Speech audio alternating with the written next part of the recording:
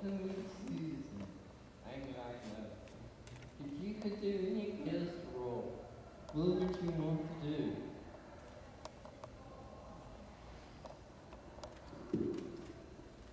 Could you repeat it, please? If you could have any ghost role on the upcoming Susan, what would it be? If I could have a new role, Guest role. guest role. Well, I don't know. I mean, I don't know, in the backstory, lore, in the sort of Bible of V, and that's a Hollywood term, not a religious term. That's the sort of rule book, Robert's Rules of Orders for a show. And I don't know if the aliens age, or if that's built into the sort of applicable DNA of their transformation makeup that they use as depicting humans. So I'm not sure of that, but I think it would have been fun to have played old Willie. And maybe infirm. Maybe Willie was subject to certain diseases or certain afflictions, or allergies. I remember there was a lot of discussion in the original about that being a huge plot device, was to find something that the aliens were allergic to and then infect them and try to solve that, medically with maybe a heroic doctor character eventually. So I think that would be interesting to maybe find Willie homeless or in a hospice somewhere and bring that element into it. I think that would have been interesting. But he knows something. Maybe Willie can tell them something about an anecdote or something like that. That would be fun to play. I just think that's really what I consider. It's kind of funny seeing Mark show up as an FBI guy. I was like, I kind of like seeing Jane come back, and in her Joan Crawford stilettos and go toe to toe with Anna, because I kind of like that. There has to be a little room for that, and you can surround that with reality. But we have to remember that we are in a science fiction melodrama too. That thing that happens a lot in the last 10 years, and I do a lot of guest stars too, guest star work too. But some of the exposition and some of the medical gobbledygook and some of the scientific language you're asked to handle, both as a regular and as a guest star on television, is mountainous. It's really difficult to do. And some of it's kind of corny and awkward. It's the old maid and the butler come out in the first act of a play and tell you who everybody is before they enter. It's that old trope. And so I've noticed the last year or two when I've been acting on TV that everybody's whispering now.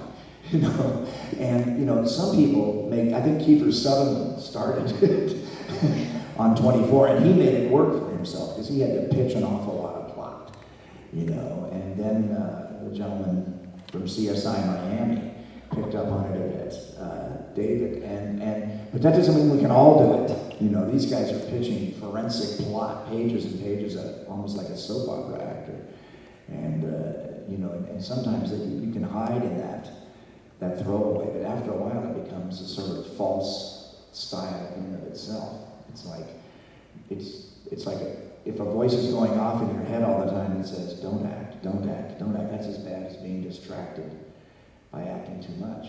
And it kind of takes part of your creative direction away from you.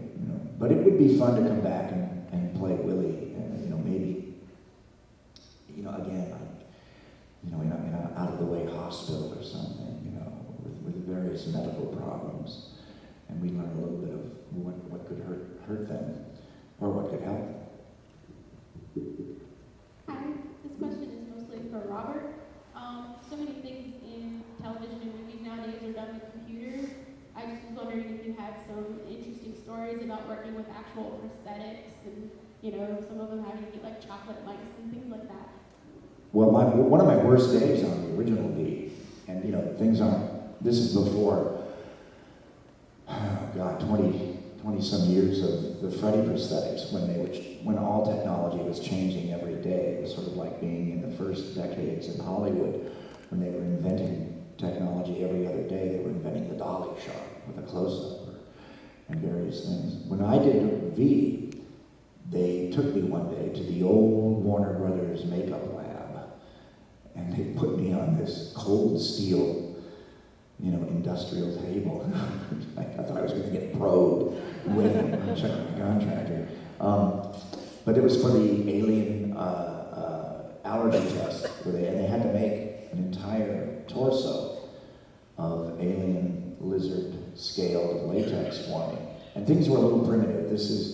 I'm not sure, but I think one of the guys there that really put me at ease was one of the boys that would eventually become Rick Baker's right-hand man, the famous Rick Baker. But at that time, it was still all of the old guys that had been there since the 40s and 50s. And they were getting close to retirement, and they were all wearing these white lab coats, the makeup guys. I thought I was getting my first Volkswagen repaired, A couple of them even had German accents. It was a little intimidating. But I had to lay on that cold slab while they did this sort of primitive, early foam latex molds. And that was a rough day on V for me. And this is how far we've come in technology. The mice were, cat toys from pet stores. And then they would pour white chocolate in them. We'd do take after take because we couldn't move because they wanted us to be really fixed so that they could do that really primitive lens elongated jaw effect, which now, if any of you've seen the original Hellboy with my buddy Ron Perlman, that's the Steve Johnson breakthrough elongated distended jaw effect. That's when it was invented, or perfected, I should say. But yeah, in the old makeup shop, on the back lot of Warner Brothers, in 1982, little Bobby Englund, they probed him. It was terrible.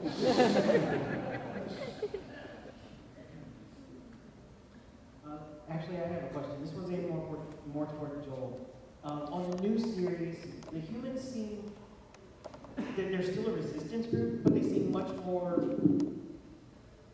disinclined to hurt people. We're not here to kill people and save our planet. We're here to try and save everybody and still save our planet. It's a thin line they walk back and forth. Do you think it's due to Father Jack that the humans are so much nicer in this version of V than in the other?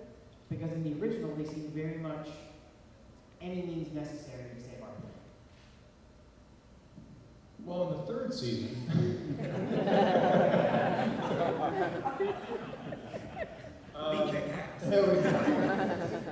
we did kind of finish sort of losing, and was winning.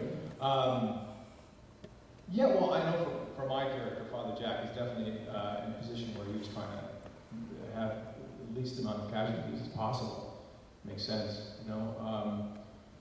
and that we can't lose. I think that was the compelling aspect for me playing the role. My relationship to Erica was that I didn't want her, even though she was the lead of our resistance, I didn't want her to lose her moral compass. You can't overlook that one human being is important. And it's a war, people are going to die, but we want to do as much as we can to have not as many casualties.